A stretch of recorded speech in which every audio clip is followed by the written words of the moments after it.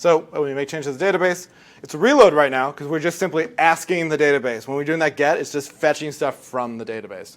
In a little bit, we'll learn how to actually subscribe to changes in the database and get real-time updates. But right now, we're just fetching stuff. So two things we're going to do is that little map function that I wrote. That was fun. That was cute. I don't ever want to write it again. So I'm going to need it a few other places. So I'm going to... Who works on an application where you have a junk drawer file called utilities.js? We all do. I'm going to make a junk drawer file. I'll do export const collect IDs and docs. As we all know, naming things is the hardest problem in computer science. So we'll go ahead and we will grab that function and paste it right in there. Sweet. And now we'll collect IDs and docs. All right. And let's get rid of all of this fake stuff in state, because now we're getting real data. All right. Now, it would be nice to actually be able to not have to log into the Firebase console in order to make new things. So let's go ahead and figure that out. So we have this handle create, and right now, we can use the form. It'll show up on the page, but we're not persisting that in the database anywhere. We do need to go ahead and figure out how to add stuff in there. Now, there's a few ways that you could do this. We could go ahead and do an optimistic update. The problem is that for stuff like the created at time, we're not going to have that just yet. We don't have a really good way of dealing with that. So what we're going to do is we're just going to put it in the database, and then we'll immediately take it right back out. And the reason we'll do this is that'll give it its unique ID. When we add real timestamps in a little bit, we'll get the timestamp and stuff like that as well. When we go ahead and add some cloud functions later in this workshop, we'll actually get the resulted version from the database, right?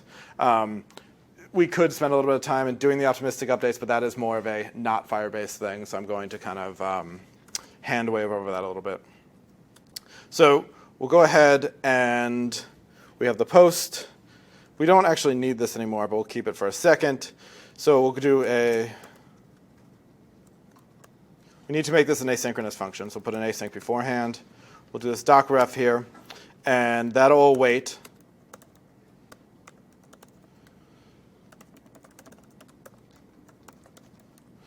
You could see a world where in that firebase.js, you make a post collection variable so you don't have to type this every time.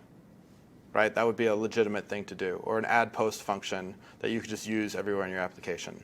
I'm deliberately, that's kind of what I do normally. I'm deliberately not doing that so that we see the syntax over and over and over again. But yeah.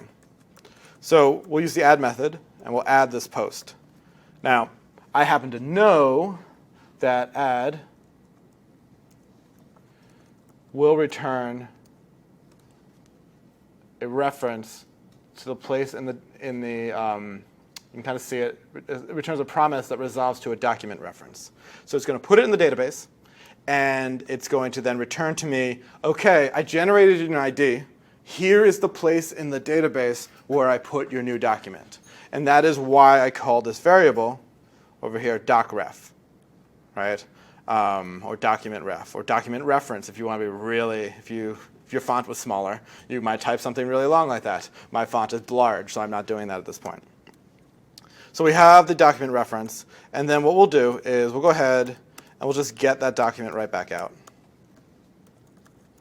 Theoretically, we could get the ID from that document reference. We have enough in there right now to put it in state without doing that round trip back to the database. But this also gives me the opportunity to show you how to get a single document from the database. So I'm going to indulge and do that. So with that reference, I can call get, and that again returns a promise. We hover over it. We can see it returns a document snapshot promise that we will wait for. And then we'll do a const this new post. We'll take that function that we made earlier, pass in that document, and that will again put the ID on there. That was the one that we wrote that I never wanted to write again. We're going to use it for a second time. And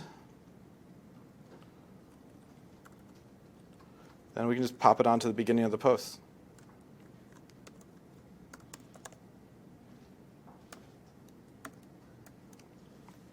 So now, let's go ahead and try it out.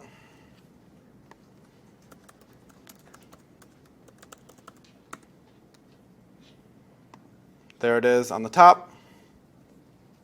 Go back here. You can see I've got my new document here as well. The rest of that is actually put in there by just my add post function. That's just putting in some dummy data that we're going to need to replace over the course of this workshop. But there it is for now. There is one thing that I need to do, which is previously I was adding IDs by hand in post, or add post rather. Or I was doing this cute thing. I actually have IDs now, so I don't need to do that anymore. Right, so these will be generated for me. Awesome.